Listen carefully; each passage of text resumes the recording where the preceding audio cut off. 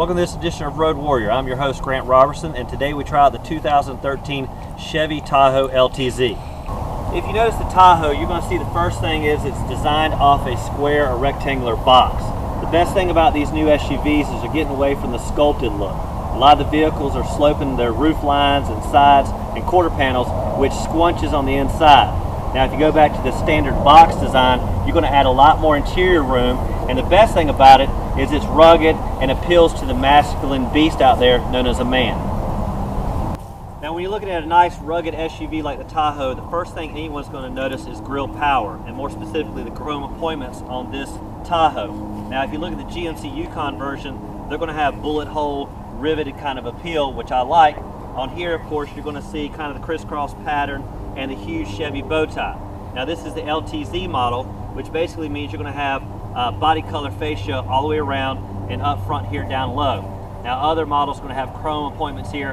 I kind of like that, it's alright, but the monochromatic look is what I most like.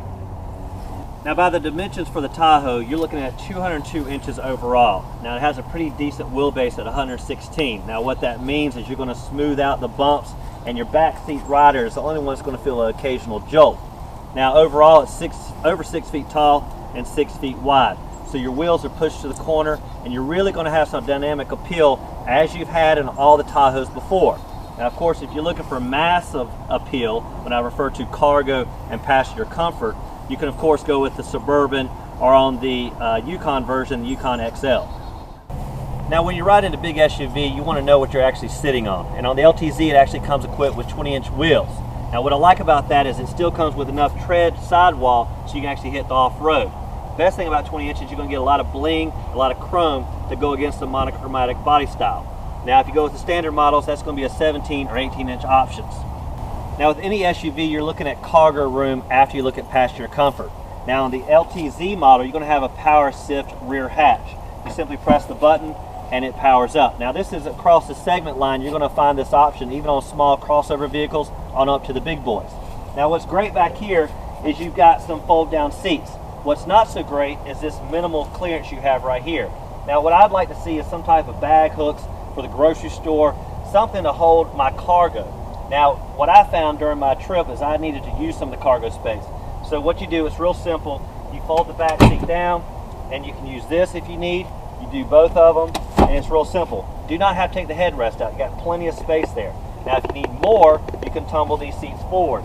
Simply press the button and it locks into place real easy. Now you do this right here, and it's simple. So this offers a lot of cargo room. Of course, when you do this, you compromise passenger space. Now diving into the cargo area a little bit more, if you need total flat surface, and that means if you need to actually have room to put a lot of stuff, what you can do is actually use the bottom handle here. You simply lift up on it, and it pulls the seat right out for removal. Now when you get into an SUV, you're looking at legroom and comfort for all your people. Now the best thing about it, this has 41 inches up front. That's typical across the SUV segment. Now when you get to the back seat, the second row here, you're typically going to lose 5 inches. On this vehicle, you're only going to lose 2. Now what that means is my stature still has plenty of room here, and we don't have any knee bleeding. Now when you get to the back, the third row, typically that's where it all gets cramped up. But on this vehicle, you still have over 2 feet of leg room to go around. Now what I like about the LTZ model is instead of a bench seat that you traditionally would find right here where you have room for 3, instead you have captain chairs. Now what's great about captain chairs is you have adjustable backs individually, and you also have a nice armrest for those long trips. Now also with an aisle down the middle, because the captain chairs allow you to have good space. That gives you good access to the back and easy flow in and out. Now as for cup holders, we have 2 way down here for these passengers, and you also have 2 in the back.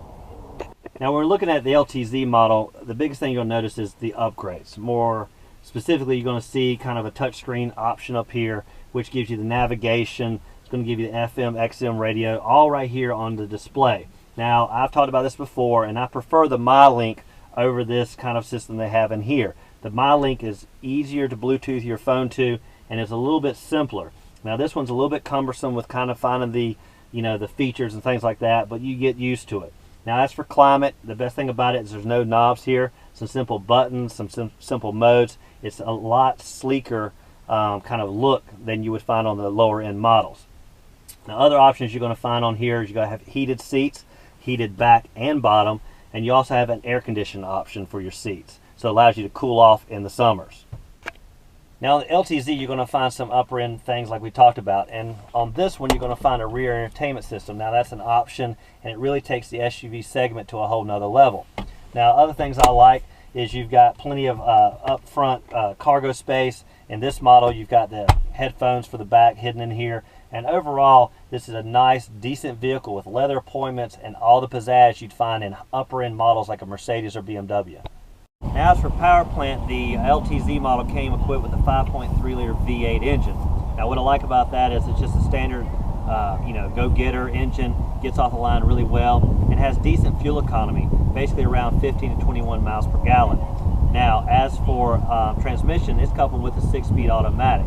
It does have a manual-like option where it's on the gear shifter and you press up and down and allows you to kind of shift through the gears as you want. Now again, if you've heard me before, I'm not a big fan of the manual transmission, so I simply put it in drive and let's go. As for horsepower numbers, you've got 325. Foot-pounds of torque is going to be around 336. Now this does it for this edition of Road Warrior. I've been your host, Grant Robertson, and we tried out the 2013 LTZ Chevy Tahoe. Now what we liked about this is it's your typical go-getter SUV with a whole lot of high-end appointments. Now I'd like to thank a whole bunch of my class for coming around and helping with the ergonomics and the feel of the vehicle. And as always, I'd like to thank you again for watching, and keep both hands on the wheels and eyes straight ahead.